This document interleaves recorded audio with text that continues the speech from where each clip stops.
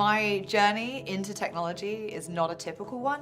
The person at the zoo who gives you fun facts about the animals, that was my job for a while. And I was invited to give a TEDx Bristol talk, and mine was on LGBTQ in the animal kingdom, and how people say that being queer is, quote, not natural. As a queer person and a biologist, I felt well situated to explain why that doesn't make any sense at all. So I opted to give this talk, but in order to do that, I felt it was important to come out to my family. That was very challenging, it didn't go extremely well. And so I had a lot of different challenges, some of which were financial. So I decided in order to build a better future for myself, I would become a software engineer.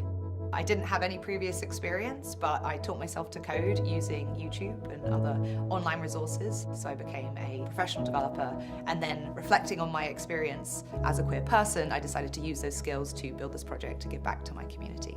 So my own experience of coming out as queer was not easy, and I couldn't help but feel that if those individuals that were hostile, if they'd been to a space like a museum that really centered and celebrated queer stories, maybe they would have felt or acted differently about it. I don't have the resources to build a physical museum, but I do have the skills to build a virtual one.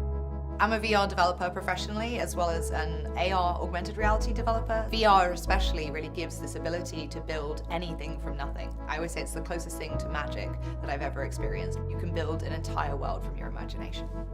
So as you explore the museum, you'll see different objects on plinths, and each object is paired with an audio story. There's 16 different objects. There's also 25 different artworks, which are all by queer creators all over the world. To me, representation means treating stories that are underrepresented, whether that's queer stories or black stories or women's stories or stories of people with disability, as equal, and treating them with equal dignity, equal respect, and giving them an equal platform. Digital spaces have always been a safe haven for people who otherwise can't access their community.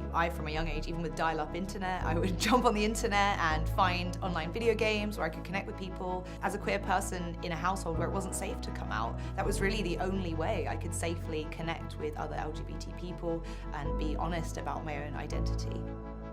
Immersive technology really unlocks different possibilities. If you go into a VR social space, you can experiment with gender, with identity. So I often spend time in VR social spaces as an inanimate object. And I like doing that because it means people don't immediately judge me based on my age or based on my gender. I guess my ideal experience is that people feel maybe challenged in some way. Maybe they realize some assumptions they've made about their own experiences, whether they're queer or not, leave feeling more committed to allyship to the queer community, and hopefully moved and touched emotionally in some way.